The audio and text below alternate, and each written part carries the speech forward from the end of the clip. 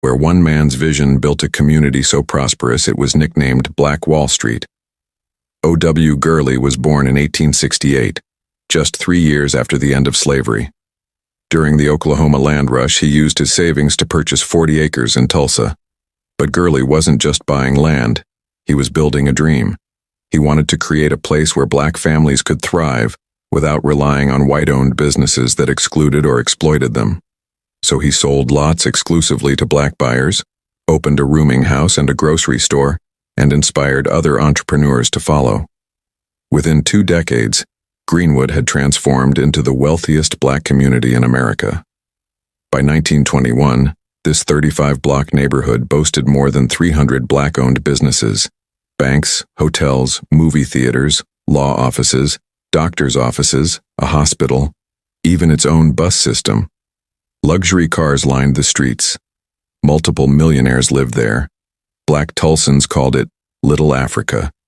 The rest of the country called it Black Wall Street.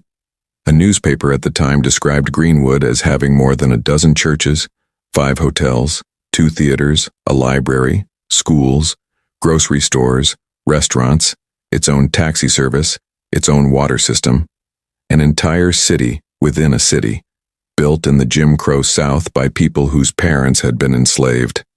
And then, on May 31st, 1921, it was all destroyed.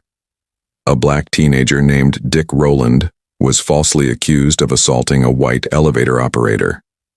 That lie was enough to unleash hell.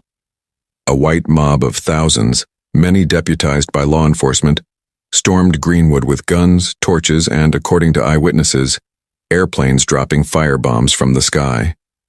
By the time it was over, more than 300 black residents were murdered. 10,000 were left homeless. 35 blocks were reduced to ash. Gurley's empire, along with the fortunes of every other black millionaire in Greenwood, was systematically wiped out. And here's the part that should make your blood boil. After the massacre, Tulsa officials made it nearly impossible for black residents to rebuild.